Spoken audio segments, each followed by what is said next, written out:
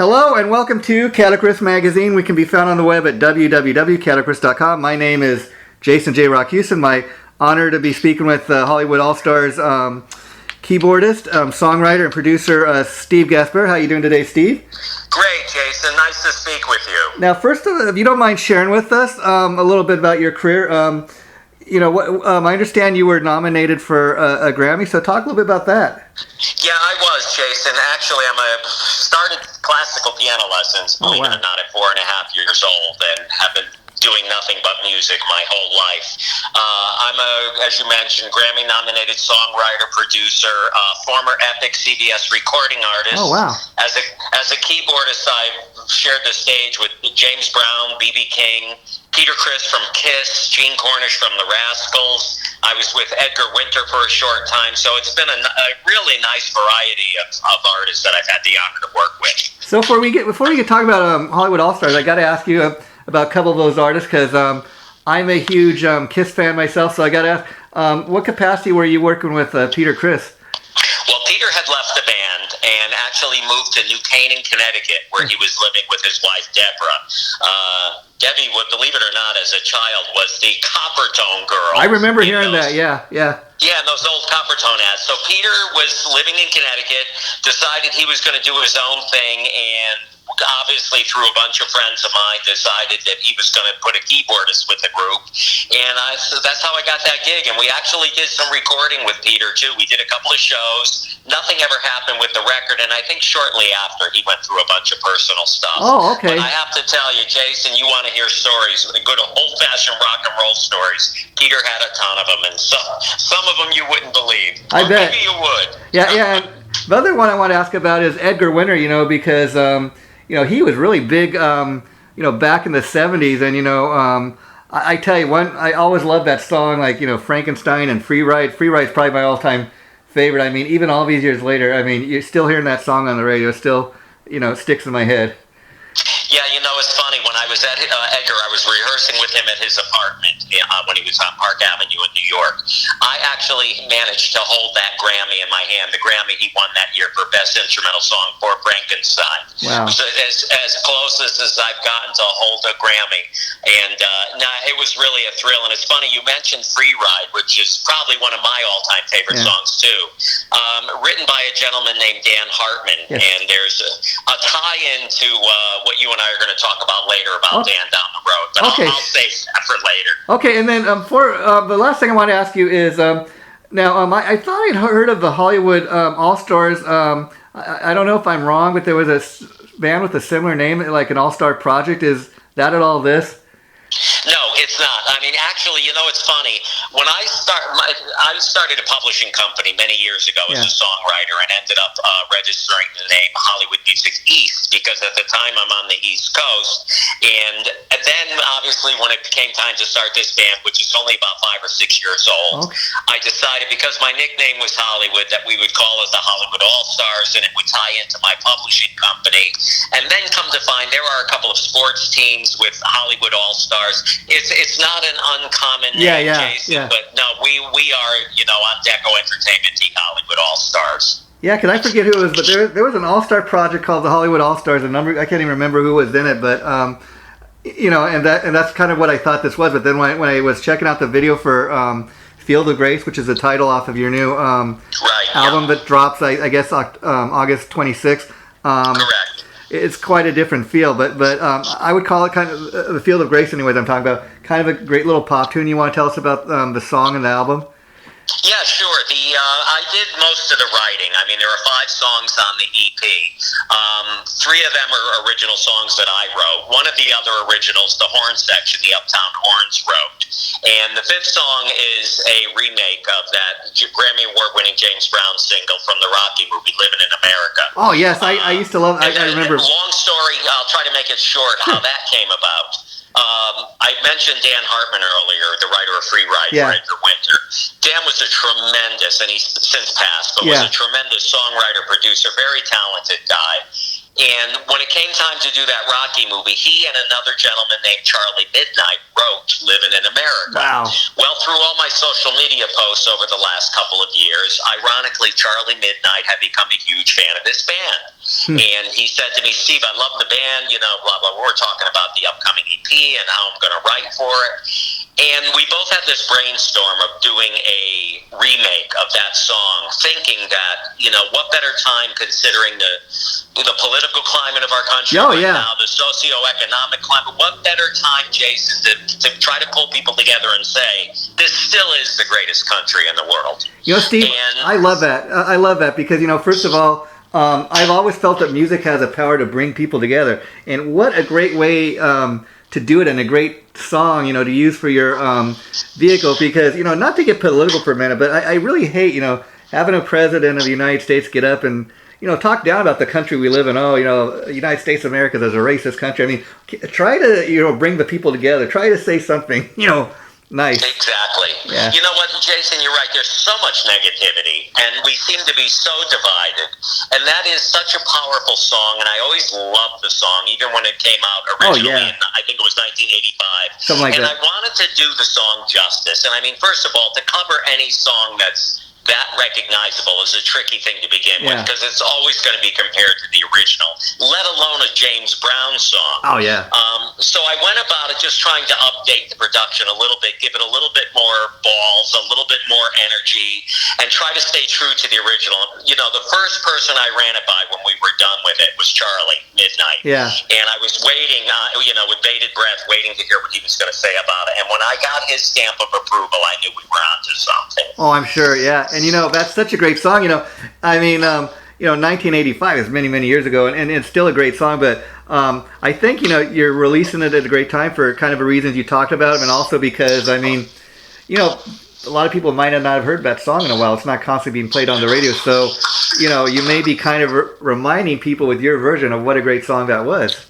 No, and you know what? The timing is right, and it fit in perfectly with the vibe of the music, you know, for this band. So it was sort of a no-brainer that obviously we would want to do it. Yeah, and Steve, I got to ask, how old were you when you first started playing the piano or keyboards, and what kind of gravitated you towards the piano?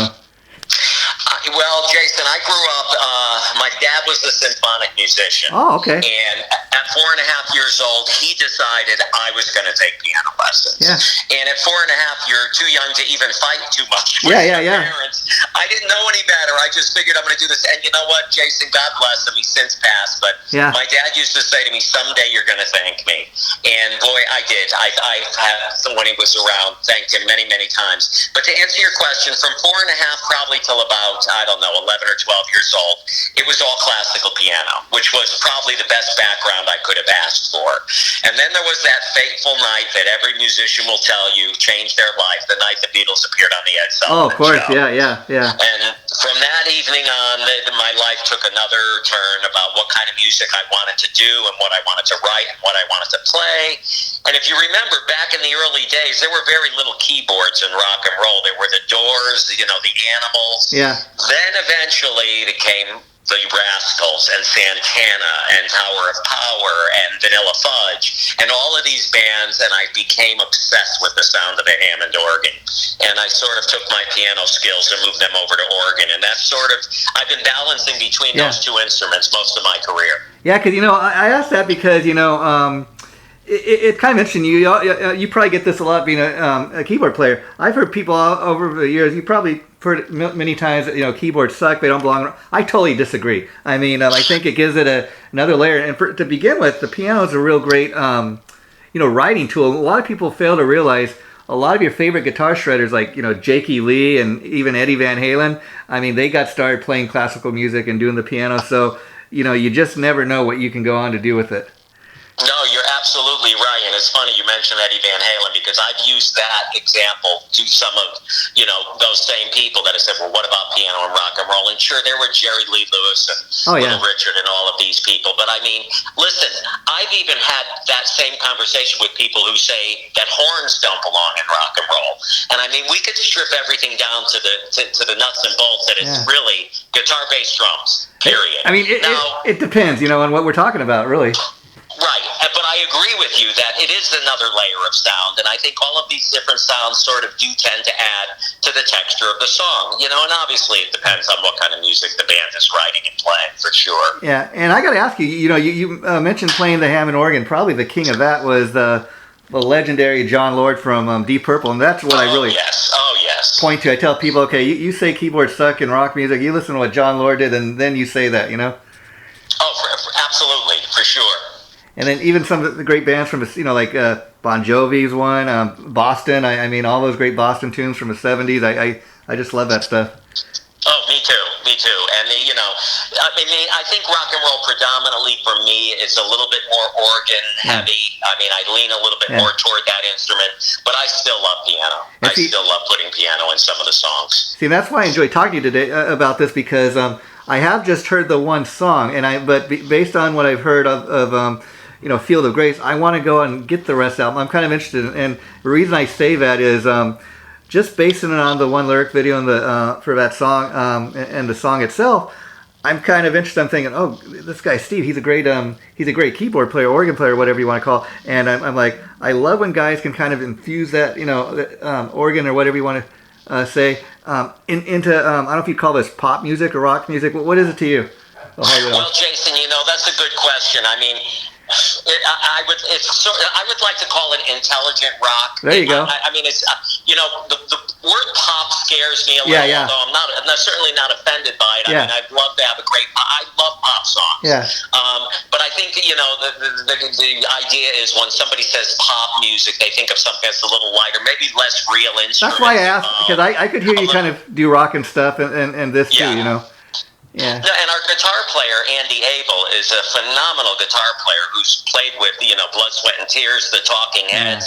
And when I was producing this, you know, people are surprised sometimes that there isn't more keyboards in it. And I wanted to serve the song. There you go. You know, Andy and I have this little saying, the song told us what to do. I think, and when you know, and when you listen to the song, I think everything has its place. I think that's why you're a Grammy-nominated, you know, producer and songwriter, because you got that kind of attitude. It's not just trying to make the track all about you. You know, you're trying to exactly right. Make the whole band shine, and that's what it. And that's why that's a great name for this project, Hollywood Allstars, because it's the whole band, not just one guy. You know.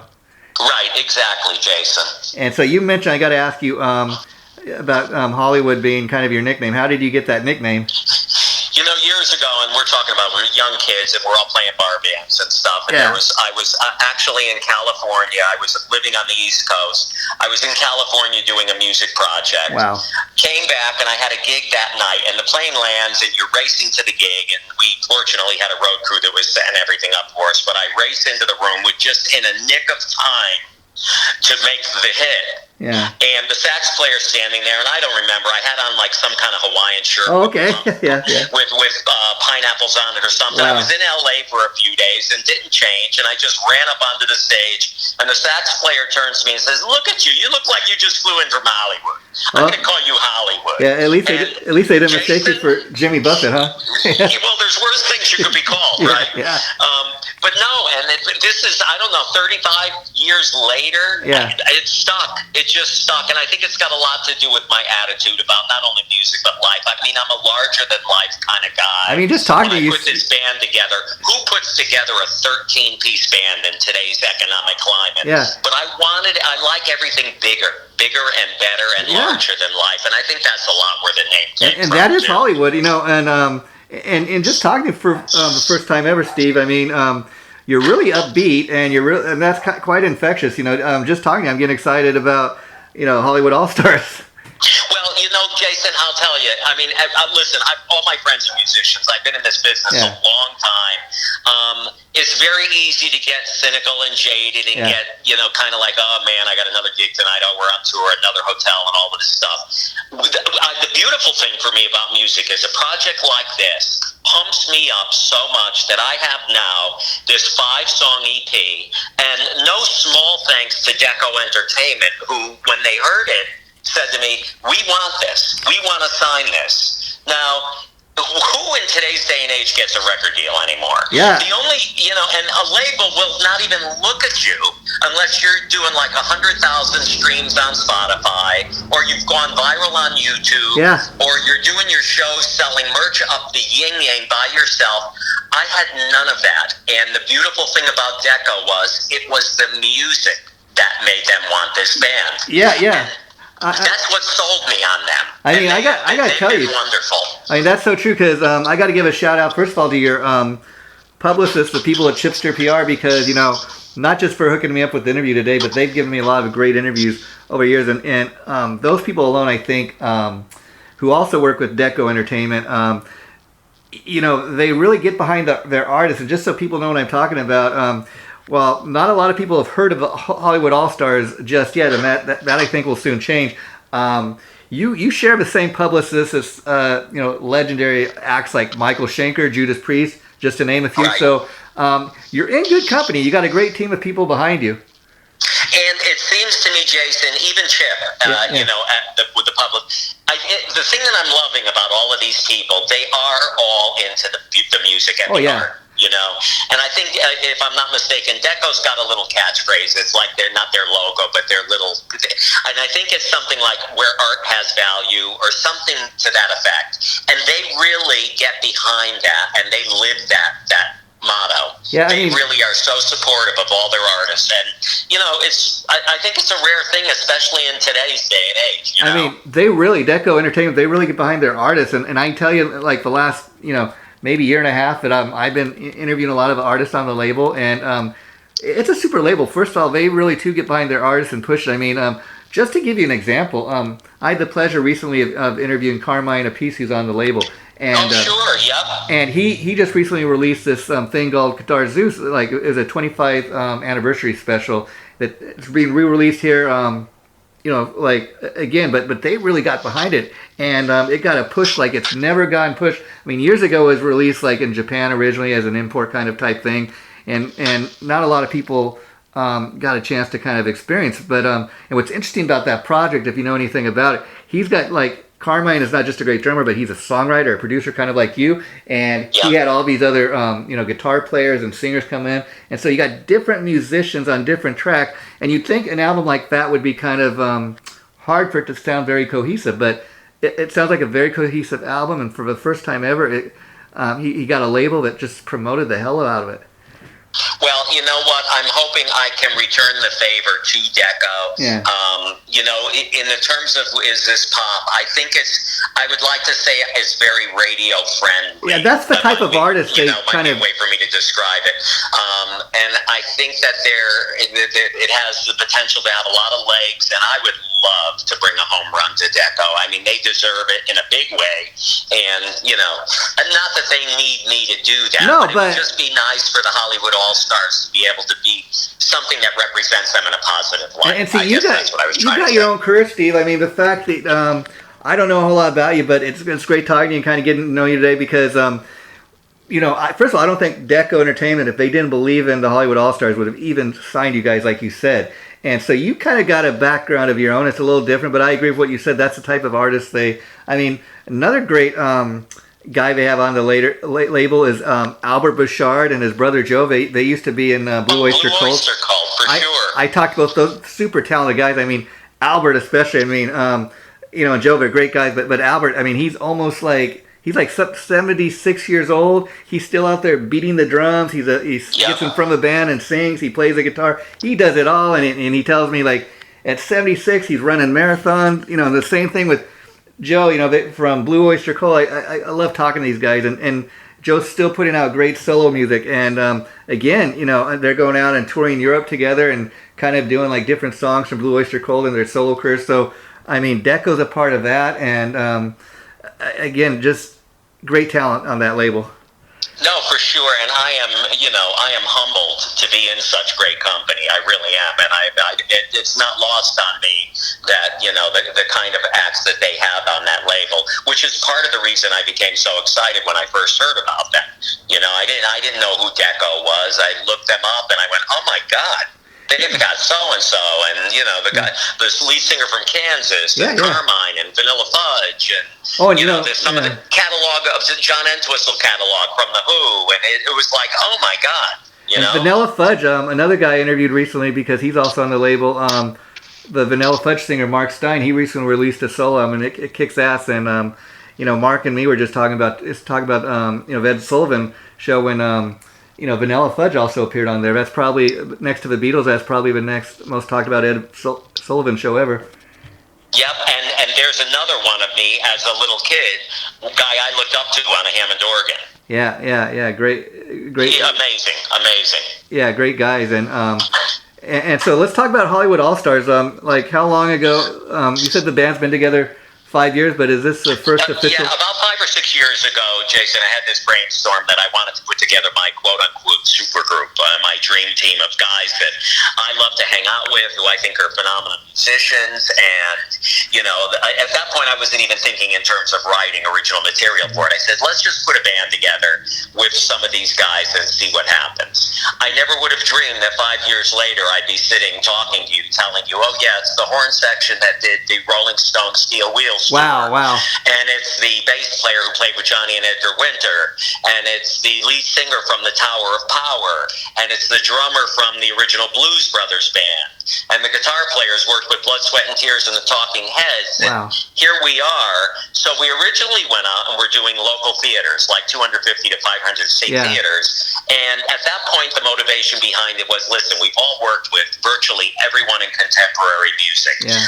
We're going to do covers by the artists that we've all played with, but we'll put our own little spin on them. And that's what the band was. And then COVID hits, and everybody's locked down for 2 years and can't gig, can't do anything. And I'm sitting home, and I'm sitting here one day, and it dawned on me, you know, you've got this great palette of colors, this incredible band. If it's ever going to do anything, it's going to be original material, because we can't go around being the best cover band in the world. And that's when I started writing for it, Jason. And this is now, 2.5 years later, and here we are with a 5-song EP coming out on a label, and I'm sitting here shaking my head sometimes going, oh my God, how did this happen? So when during the lockdowns and all that downtime, I'm assuming you took a lot of advantage of, okay, well, we'll get busy on recording and writing now. Right, and we did. And I mean, once the songs were written, fortunately at that time it was sort of coming toward the end of the pandemic, where the rhythm section was not adverse to getting together in a studio. We were all wearing masks and doing that whole thing, but we at least all sat down together to be able to record the basic tracks for the EP. The horn section was another story, because a couple of those guys were a little leery of getting together. You know, one of them had pneumonia years ago and was advised to just be more careful. So their tracks were recorded remotely. The horn section, the Uptown Horns, did all of their stuff remotely, sent Andy Abel and I all of their tracks, and then Andy and I worked on them. Andy, by the way, the guitarist, who was my co-producer on the project. And that's how we put everything together. The vocals were recorded live, but the rhythm section was recorded live. The horns were really the only thing that were done remotely. Now let me ask you, you have the band that appears on the album is the same band that goes out and does the live shows? Yes, for the most part. And, you know, my caveat with that is, because everybody's working so whoever's much, available. I've always told everyone from the get-go, if you end up getting a tour and you have to be in Vienna with the Blues Brothers band, I get it. We understand. I have a couple of subs that were also on the record. When we ended up doing the Living in America track, I ended up getting the drummer who actually played with Joe Bonamassa and Ricky Martin. His name is Tony Cintron. Oh, wow. He was on the record, and I got to play bass Will Lee from the David Letterman show. So I have a couple of, you know, fill-ins. They're not really subs per se, because they are also on the record. It's like part of the family, so, you know, not exactly. So you know what, Jason, you may not see that guy that was on the record, but you're going to see this guy who was on the record. It's so kind I have my butt covered pretty well that way, that you're not going to see a totally different band. And I don't want to do that to people. I don't want people to buy the CD and then come to a show and go, oh my God, it's not what we heard on the CD. I mean, it's more very important to me, you know. It's more of a case of, you know, the show must go on, and we don't want to cancel the gig. We'd rather keep the gig, and we understand that. And then other question I have is, I imagine, 5-song EP is a great way to kind of introduce the band and kind of get something out there. But is that kind of what that is? Did you ever let's put this out there and kind of see how people react, and then we'll get to work on a full length? A little bit, yes, a little bit. Now, on that note, we are writing. As a matter of fact, the horn section just gave me a song last week that is a great, great tune called Delta Hurricane. Yeah. My deal with Deco is a 3-year deal. Oh, cool. So this is brand new for all of us, for them, for me, and I think we're all, Deco included, getting our feet wet with this concept of what the Hollywood Allstars is. My hope, my prayer, my dream is that these 5 songs, whether it's Living in America or Field of Grace or whichever one it is going to make enough noise in one particular market where it will catch on, and it will give us the opportunity to go in and finish and present a complete album. Yeah, and what I love about the Field of Grace video, it's a lyric video, but and it's cool the way, I mean, obviously that's what it is, but the lyrics kind of go over the, screen, and that's great too. You get a great taste of what it is, but I think, just visually, it kind of gives people a taste. Okay, Hollywood Allstars, that's what this is. Okay, it gives you a little taste of what it is. Right. And you know what? Again, hats off to Charlie at Deco, who had a director helping me with that video. She did a tremendous job. She captured it. I told Charlie, this is like a mini movie. Yeah. This girl took that song, and with the scenes of the band and interspersed with the scenes that she shot, she made a movie out of this song. And, I couldn't have been more pleased with it. I think it's a nice, as you said, a great introduction to the band. And I think it leaves people wanting more.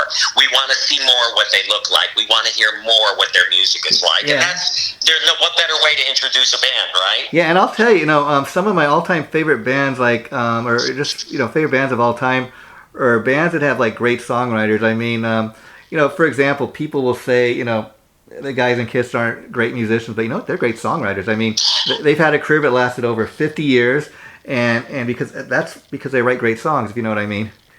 And I couldn't agree with you more. I mean, for me, because that is really I'm equally as passionate about the songwriting and production as I am being a keyboard player. Yeah. But to your point, without the song, you have nothing. I mean, it is all about the song. I agree with you 100%. I mean, I also mentioned, some other names just to kind of throw out there. I listen to a little bit of everything. Some of my favorite, artists of many years are the Eagles, Tom Petty. You know why? Great song, great catalog of music. Great songs.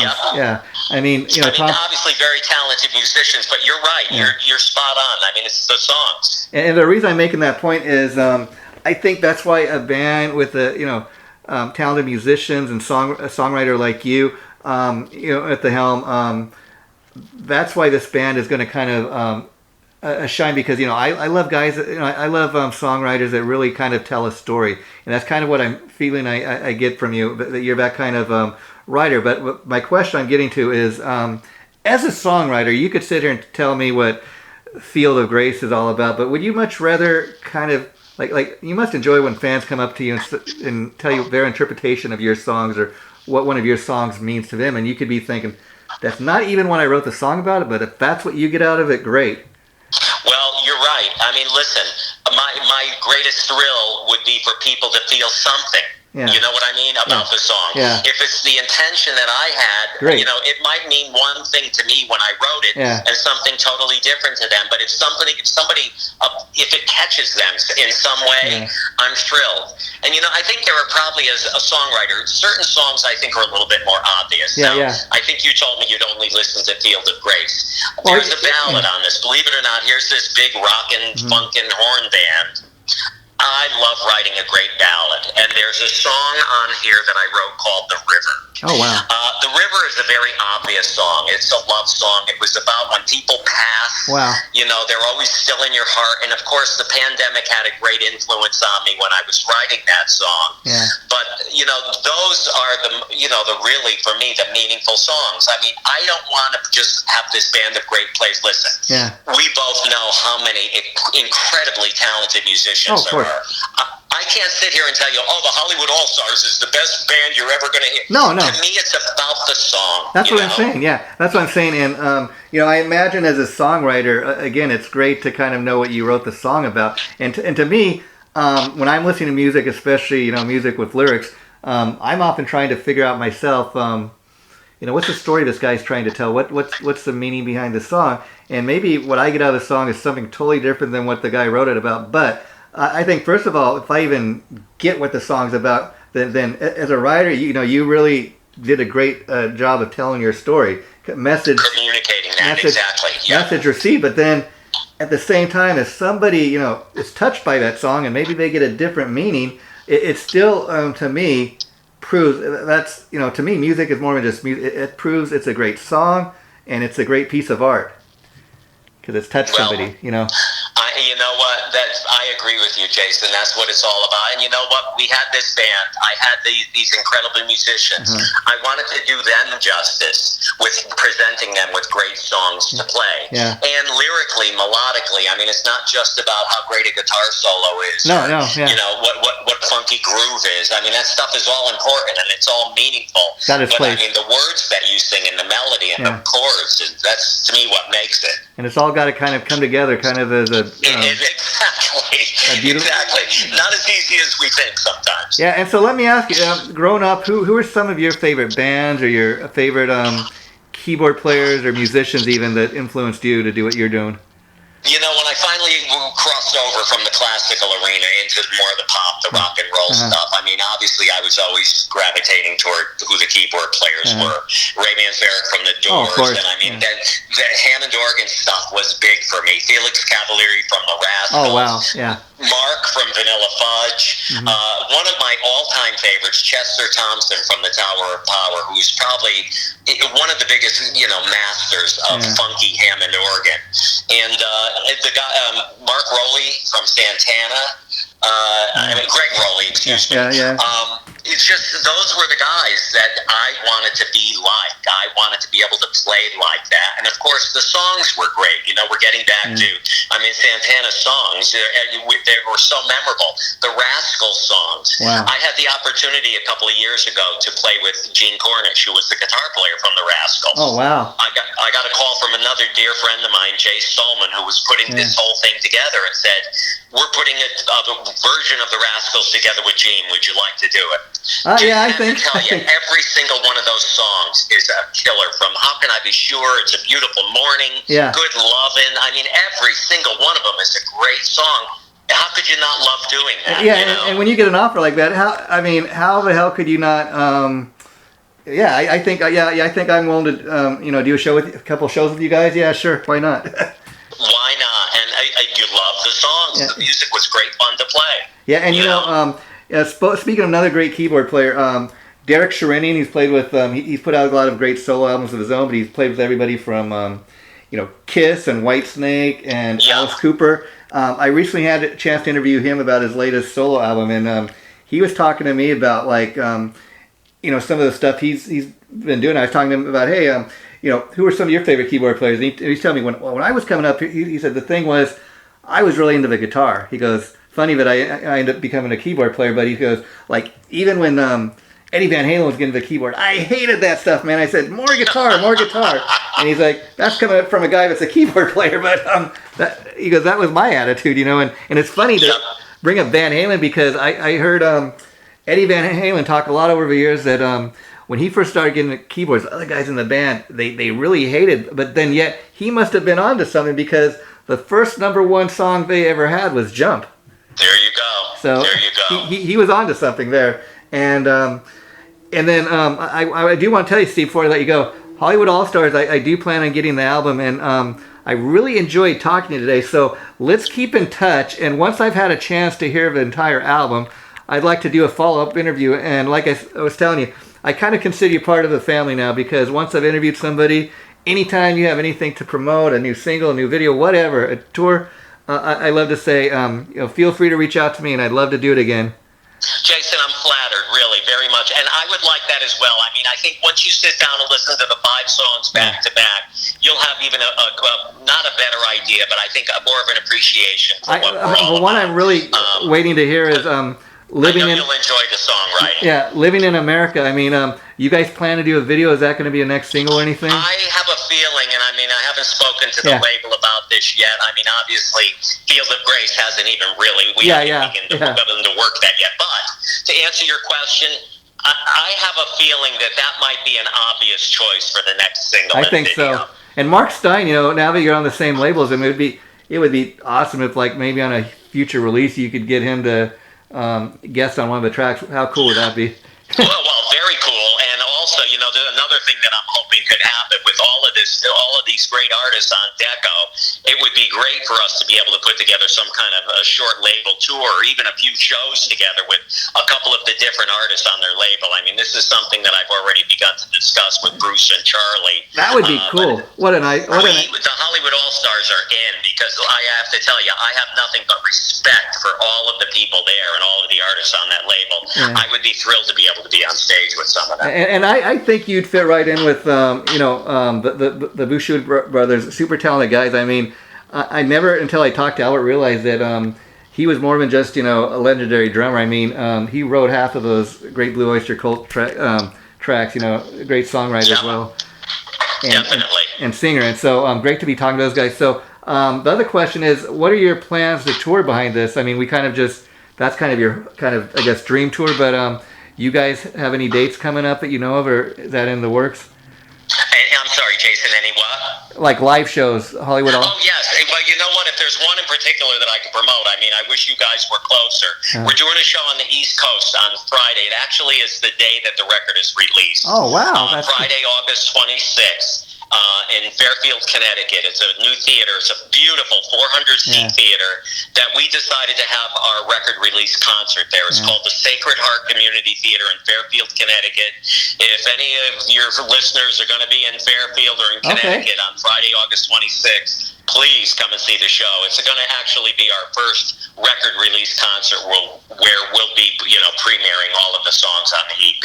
Oh, that'd be cool. Now, do you know, will the record be released physically or just digitally? I think we're going to do both. I mean, obviously it's going to be available wherever, quote unquote, fine music is sold. I've been finding, from my personal experience and doing a lot of radio and stuff, radio stations still like having physical CDs. Me too. I'm an old school guy. I love to... Yeah, Jason, I was at one a couple of weeks ago, and I couldn't believe it, because I'm thinking everybody wants MP3s now. Everything's digital. Nobody cares about physical product. And I walk in, and the guy says to me, "Do you have a CD?" And I said, "Well, I emailed you all the MP3s." He goes, "Yeah, I have those." And I look at his desk, and he's got a rack of CD players where he still queues everything up on CDs. Wow. So... everybody says to me, "Well, the computers don't have CDs, cars don't have CD players anymore." I know all of that, but I still think there's a place for them somewhere. What it really boils down to, it's part of that, but I mean, I think what you just said, and what I kind of believe, being an old school guy, I believe it's kind of, that's what people want, but it's financially maybe more convenient for people to, like somebody's telling me, "Oh, I'd much rather, just have it all on a file. I don't even have to, put it on a shelf." And I'm like, man, I love to hold it in my hand. I love to look at the artwork. I mean, I remember back in the day, like seeing Kiss Destroy or Iron Maiden's Number of the Beast, being a young kid at the time, not knowing what the hell it was, but I thought, that is so damn cool looking, I got to get it. And isn't it a shame that kids today, or younger people, whatever, 20-year-olds, they don't even get that anymore. They never had it, and they don't miss it. It's sad, because I'm like you. I used to screen through albums looking at the pictures. Who played guitar? Where was it recorded? Who wrote it? Nobody cares. Yeah. And again, when we were doing this artwork for this project, I said to Charlie, "I hope you don't mind, but I have a whole liner notes. I have thank yous. I have who played and produced." And he goes, "No problem. We'll put it all on there. Send it to us." That's what I love about Deco. When you do get it, you'll see everything out there. That's what I love about Deco, because they really produce some nice product, and I think that's part of the reason vinyl is making a huge comeback in the last year and a half, because I think that's the one thing that if you put out a nice package. I mean, I just seen Whitesnake's greatest hits at the local Target today, like it was a three album kind of thing package, and like people are willing to pay $28, $38, $5 for a nice package, Definitely. And then at the same time, the bands are able to kind of cut a little more even and get a little something, from that. Definitely. So I'm with you on that for sure. And I'll just say, Steve, before we wrap it up, if Hollywood Allstars ever plays the LA area, I'd love to come down and see you guys. So I'll be on the lookout for that. And I will. Jason, thank you. I mean, I want to make that happen, and God willing, from our mouths to God's ears, that's going to happen. And who knows? I would love to see this pick up some momentum on the West Coast for sure.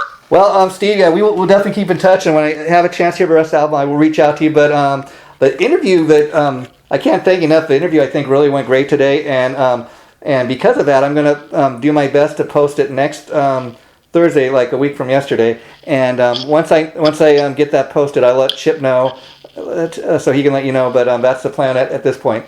I would love that, Jason, and I had a great time as well. I want to thank you for taking so much time with me. I really appreciate it. Yeah, well, we're here to promote the hell out of the music we believe in, and heard just the one track, but I'm that convinced that Hollywood Allstars is going to be that good. And I think Jason, I appreciate it. I think when I hear the album, my only complaint is going to be I wish it was a full length. But we'll get that to you. We'll make that happen. But I was going to say, you always leave them wanting more, right? Well, better than saying, you know what, we didn't need those 3 extra songs. That's what I'm saying. So that's you're on a good trajectory. Take care, Steve. Jason, thank you again, and have a lovely weekend. You too. Bye-bye. Bye-bye now.